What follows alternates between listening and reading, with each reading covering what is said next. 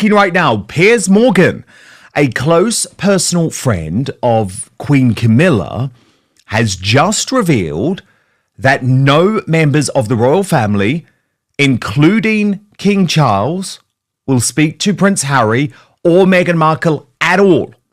All contact has been cut. According to Piers, a royal insider who you'll also remember hangs out quite a bit with Beatrice and Eugenie, the princess daughters of Andrew. I want to take you through exactly what Piers told the US broadcaster, good friend of mine, Meghan Kelly, because he's also branded Meghan Markle a nasty little bully. You won't get any disagreement from me there. We're going to get analysis from the editor of the Royal News Network, Brittany, in just a moment. But Brittany, first, we've got to watch along together because this is a bombshell after bombshell interview from Piers to Meghan. On their website, it says that they're all about compassion. They're compassionate people. They're also all about mental health and helping people with mental health. They've been very vocal about that recently, about the perils of online trolling and the effect it has on people's mental health. And yet here we are with Vanity Fair, the Hollywood Bible, the thing that Meghan was most thrilled about getting the cover of a few years ago when she got engaged to Harry, which went down very badly with the palace at the time, I can tell you. But now it reveals that actually she in particular is a nasty little bully who sends staff into therapy. Think about that for a moment. This also follows all the stories about her bullying staff over here in the UK, many broken by which is unresolved. NDAs stopped all that stuff coming out, but she bullied people in a very unpleasant way over here. So it's no surprise to people who work at Buckingham Palace. They saw and witnessed all this here. So I just showed, look, they're a pair of hypocrites, they're a pair of chancers, as the Spotify guy called them, a pair of effing grifters. And they're desperately trying to maintain some kind of future as a renegade royal couple when they're no longer part of the royal family. The royals don't talk to them. The king does not talk to his own son. None of the senior royals talk to these two. They are total pariahs in the family because the only currency they have is trashing the royal family and the monarchy. And every time they try and do something else, nobody cares. No one cared about their podcast series. Nobody cared about the polo series recently. Nobody cared about any of it. All they want to hear is the dirt. And these two, for 5 years, have reveled and wallowed in royal dirt for vast amounts of money. And that's what makes Prince Harry's ongoing campaign against the UK newspapers, which had another flare-up this week, so laughably hypocritical. Brittany, well, lots to pick up on there. I totally agree with Piers's analysis on the Meghan Kelly show. But the most critical thing, the most newsworthy thing for us to discuss is the fact that no senior member of the royal family will even speak to Harry or Meghan now. Now, of course, we knew that William had cut contact and we knew that Charles would try and avoid phone conversations with Harry as much as possible. Angela Levin and Lady Colin Campbell had revealed that right here on Outspoken. However, remember, Piers is a royal insider, close friends with Queen Camilla, close friends with the princesses Beatrice and Eugenie, regularly socializes with both. And he says both Harry and Meghan, now pariahs within the royal family, completely ignored. Maybe not a surprise, but very fascinating to hear. It really is, Dan, because they used to all be so close in many ways, especially Harry with Beatrice and Eugenie. They were seems like a good friendship at one point, but no one is surprised by this because as time has gone on, as Megxit has gotten further away, they've had these mega deals, but the only thing that actually sells is their connection to the royals. So if you cut that off, Harry and Meghan really have to prove themselves on their own merits. And as it turns out, they can't do it. They don't have either the talent, the creativity, or whatever to come to bear in this situation and actually create decent content. And so if the royal family stars them of the only thing that's going to make them money, then I don't know what they're going to do because trying to be royals here in the United States is not going over very well. So we don't want them to be royals here. They can live here, but they can't be royalty here. And Harry and Meghan don't seem to quite get that yet, although it might be sinking in with the new administration. But this has been just an absolutely epic disaster for Harry and Meghan. And you got to think, especially Harry, he's lost his relationship with his entire family, basically, at this point. So, but it's all of his own doing. So he has nobody to blame in this situation but himself, and I would argue probably his wife as well. Of course, but how disgusting that at a time when he should be there for his dad, right? His dad is suffering from very serious cancer, Brittany. Again, all he does is create strife, to the fact that actually Camilla says to Charles, no, just have nothing to do with him because it's not going to be good for your health. Yeah, I mean, that is really the healthiest approach for him at this point. Harry has had multiple opportunities, I think, to try and make inroads to recognize the failure of his ways. But what I came across, I think it was in the Vanity Fair piece, although it might have been maybe a Daily Beast piece that kind of followed that, was talking about how Harry still doesn't really get it. He doesn't understand the damage that Spare did to his relationship with his family, that Netflix did, that Mexic did, that Oprah did to his family. He still doesn't quite get it. And because of that, he can't even recognize his own faults in the situation. And of course, that has been Harry and Meghan's entire brand, is to blame everybody else when trouble follows them and not recognizing that usually about 9/10 of the time, they are the cause of their own problems and issues. It all comes back to them. And I think it's horrific given Charles's cancer, obviously Catherine going through her whole cancer treatments as well, that they really could have used Harry. They really could have used Harry in that moment. And he, of course, chose selfishness and greed, I would argue, over duty and family. Shame on him. Absolutely shame on him, because that is the moment that you need to be there for your family. Now, look, the truth bombs being spat by Piers Morgan and Meghan Kelly were not over there, though, because, of course, they had to deal with the whole issue of the Netflix TV series With Love, Meghan, and how on earth, given everything that's gone on in California and the Sussex's revolting disaster tourism, how on earth it can ever be released. Let's watch. Piers Morgan just dropped a royal bombshell. Apparently, King Charles is no longer speaking to Prince Harry or Meghan Markle. Like at all. No calls, no emails, no royal messengers on horseback. Nothing. Piers says the relationship is, and I quote, shattered. So today we're breaking down exactly what that means, why it's happening now, and whether this is the final nail in the royal family coffin. So let's get to the source.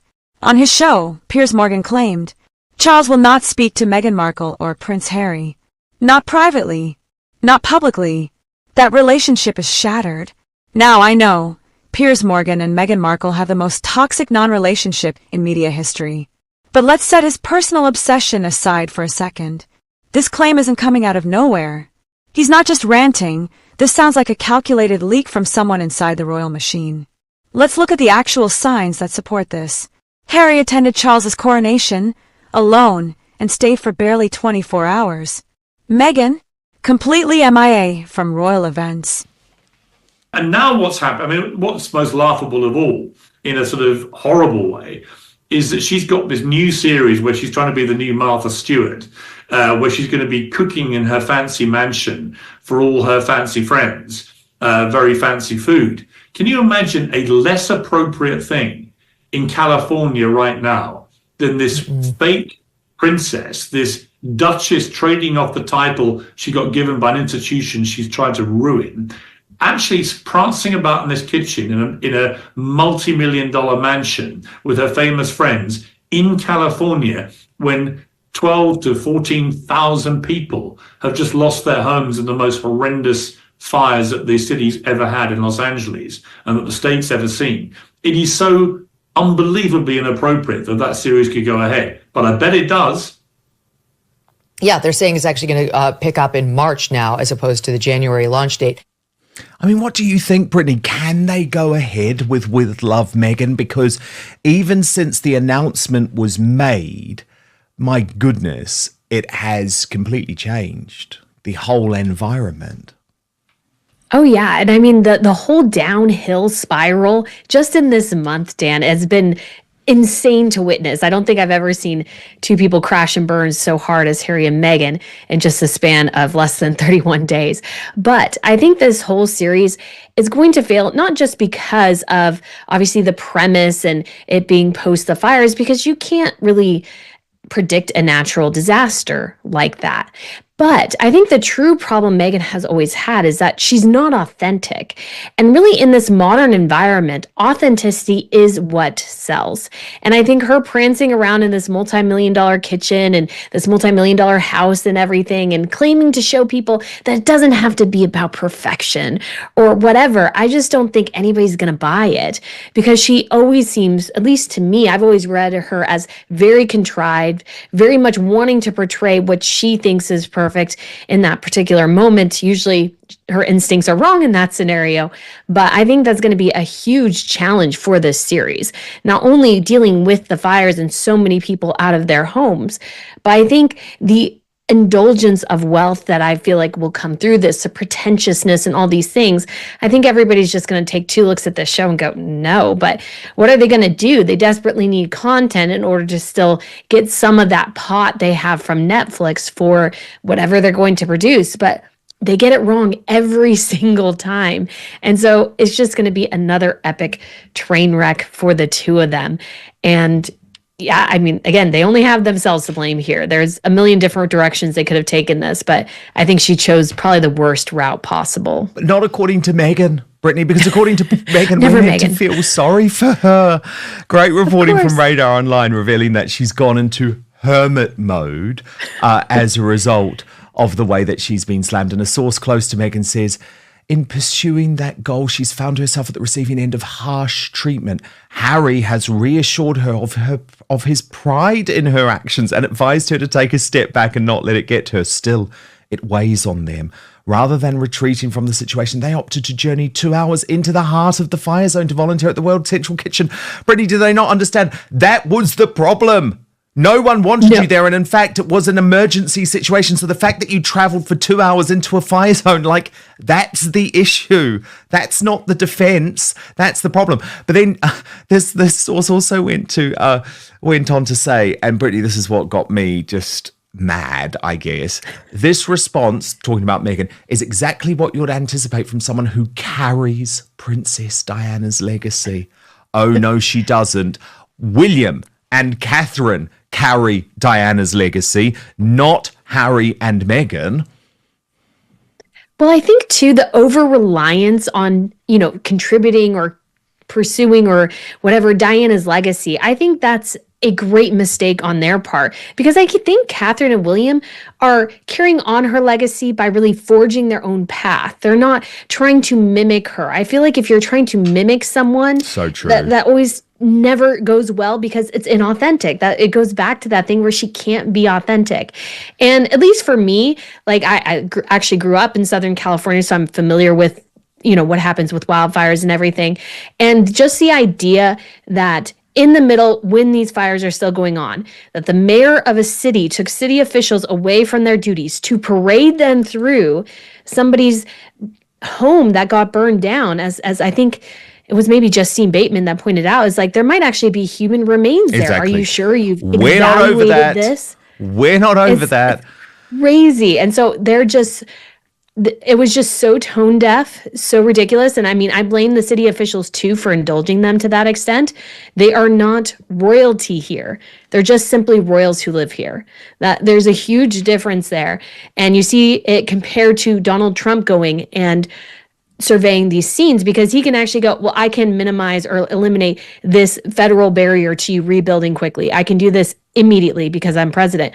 What can the two of them do? Seriously, what can the two of them do? Just annoy They people. just annoy people and distract the authorities and the first responders. Exactly, from now, look, doing real jobs. You speak about tone, Brittany. I was very fascinated. I think it was Princess Carparkle on X that I first saw had posted this, but someone has done, and I'm sorry I can't give credit to whoever put this together, but someone has done a really deep dive into Meghan Markle's changing voice. And it really is fascinating and worth taking a little watch of. And then let's analyze on the back. Incredible woman. She's here with her family as well. I spent some time today with her mom and her sister. I mean, just really salt of the earth, lovely people. So to be involved with them and this organization and the Caldwells as well, it's really part of what I find a lot of strength or faith in. It's looking at my kids. I know it sounds so cheesy, but my gosh, it's the most perspective building thing. And also, I think recognizing that everything is temporary, to really just enjoy what time we have here, what we're doing with that time, and at least open the door for really meaningful conversation. When Charles was diagnosed with cancer earlier this year, Harry flew to London and met his father for 30 minutes. No photo, no official acknowledgement, and not to mention, no birthday wishes posted for Harry from the palace this year. That's icy. This isn't just strained communication, this is intentional silence. Like, high society ghosting. So what's the reason? Why would a father cut off his own son? 3 words: Oprah, Spare, Netflix. Meghan and Harry aired out royal secrets on global platforms. They accused the firm of racism, neglect, and manipulation. And in Spare, Harry dragged just about everyone: William, Camilla, and yes, even Charles. From Charles's perspective, this wasn't just a family feud, this was a full-blown betrayal. And for a guy raised to protect the crown at all costs, that's unforgivable. Now here's where it gets interesting. This radio silence from Charles? It's not just emotional, it's strategic. The monarchy is in PR survival mode. They can't afford another scandal, another explosive interview, or another surprise memoir. By cutting ties, publicly or even just quietly, Charles is sending a message. You're also a foodie. Yes.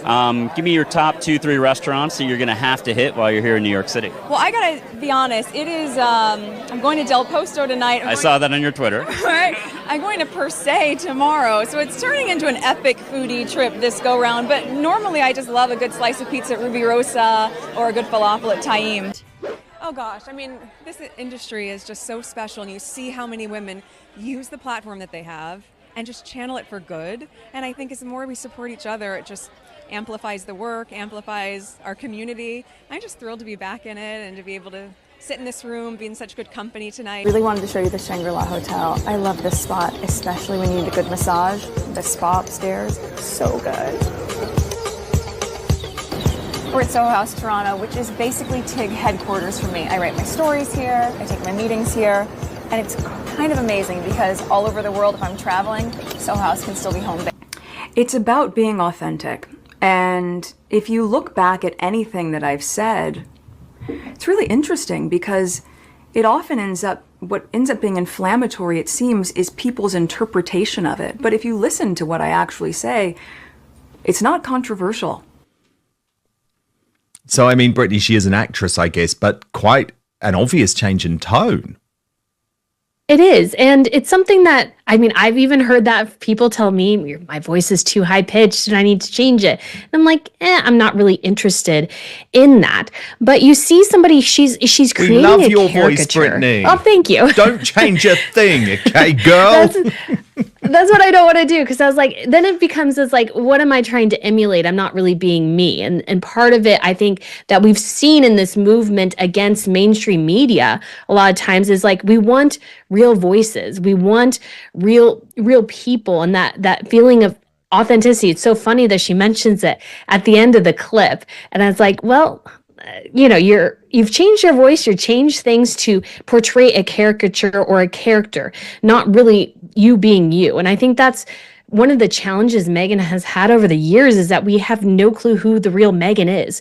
Who is the real Meghan Markle? I don't really know, because she seems to say all these things and she's like, well, everybody thinks they're inflammatory because they're misinterpreting them. And I was like, well, if everybody's misinterpreting something, it's, you know, probably you, not us. It's you and what you're saying. And so Meghan just really needs to, I think, if she wants to have a successful career in media, she needs to actually show us who the real Meghan is. Stop with this fake philanthropy. Stop with trying to do all these deep things and make us think you are trying to change the world. Just say she just wants some money. She just wants jewelry, designer clothes, and wants the life of the Kardashians. And she might actually do a heck of a lot better in Hollywood than trying to create this fake persona that's nobody's really buying. So, indeed, I totally agree with that. And it's in great contrast, of course, to Catherine, the Princess of Wales, who does none of this for fame and is out today at a very important event doing the type of work that royals should do. We can take a look at this, actually. It's an event which is going to be televised on BBC One in the UK this evening. But there you see her with some of the survivors of the Holocaust. Of course, 80 years, Brittany, since Auschwitz was liberated. And the woman that she's hugging on the far left of the picture there, they have such a sweet relationship, and they described it as like meeting up like old friends. And the problem is that Meghan never actually understood that this is what royal life is really about. And I think it is worth just taking a moment to really appreciate that Catherine is very much back. She makes a big difference at these types of events because, you know, the royal family was maybe lacking in a little bit of manpower, a little bit of glamour. And it's just so brilliant to see her there, isn't it? On what has been, let's just be honest about it, an absolutely harrowing day. Look at King Charles here. He actually went to the service at Auschwitz, and incredibly emotional. And this is the role of the royal family, isn't it? To be there at historic moments like this. Exactly. And you can actually see right next to him is Queen Matilda of the Belgians, and you have King Frederick over on his other side as well, because so many of the royal heads of state actually went to this event because it's so important to commemorate something like this. And this is what royals do and are so great at, because it's beyond the politics. It's about connecting with people and giving people a voice. Because what's so cool, we don't really even have this in the States because our president is both head of government and head of state. But what royals do is that they can go in and they can listen to people who would not get a microphone, would not get a platform, and hear their stories and connect with them and share those with the broader public. I think it's so cool and so unique and very, very important thing that royals do. And to commemorate this day, which is so incredibly important for all of us to remember. I've been to Auschwitz-Birkenau over there near Krakow in Poland, and it's a very moving place. It's a very terrible and horrible place, but we can never forget. And so I think it was so important for Charles to be the first UK monarch to actually go and visit this site of unbelievable terror and horror. And so I'm so excited that he went, and I'm so grateful to see so many royals representing their country and their people. Often some of them in particular were greatly impacted by the Holocaust. And then you have actually Denmark. I'll share something real quick. Denmark is actually a really cool case because they were able to evacuate the vast majority of other Jews to Sweden and saved pretty much all of them. So you have great, I think royals in that space were critical in trying to be part of that effort. So it's a great thing to see them there, and so exciting to see Charles meeting with survivors, because remembering their stories is so critical, because in the next 5 years, we don't know how many will be left. Many of them were young children at the time. So we're losing generations. And I think that's such a terrible thing. So hopefully we can continue these celebrations, or not celebrations, commemorations, and just never forget what happened during that time. You can't attack the institution and still expect access to the family. And if you think that's cold, welcome to how the royals operate. It's less family, more corporation. Now, real talk. Should we trust Piers Morgan? He's not exactly an impartial source. The man's been ranting about Meghan for years like it's his full-time job. But here's the thing. He's deeply connected. Like it or not, Piers often says the things the royals can't say publicly. So when he says, Charles is done, it's not just gossip. It's probably what palace insiders have been whispering for months. They're just using Piers as the mouthpiece. So where does this leave us? Honestly, I think the damage is done. Charles isn't slamming a door. He's breaking up a wall. Unless there's a private apology or some kind of behind-the-scenes truce, this silence is going to last. Probably for years. Maybe forever. And Meghan, I doubt she ever sets foot in the UK again, unless it's for Harry's funeral. Brutal, but real. But now I want to hear from you. Is Charles being too harsh? Do Harry and Meghan deserve another chance? Or is this royal breakup long overdue? Drop your take in the comments. And don't forget to like, subscribe, and hit that bell if you love a little royal chaos with your morning coffee.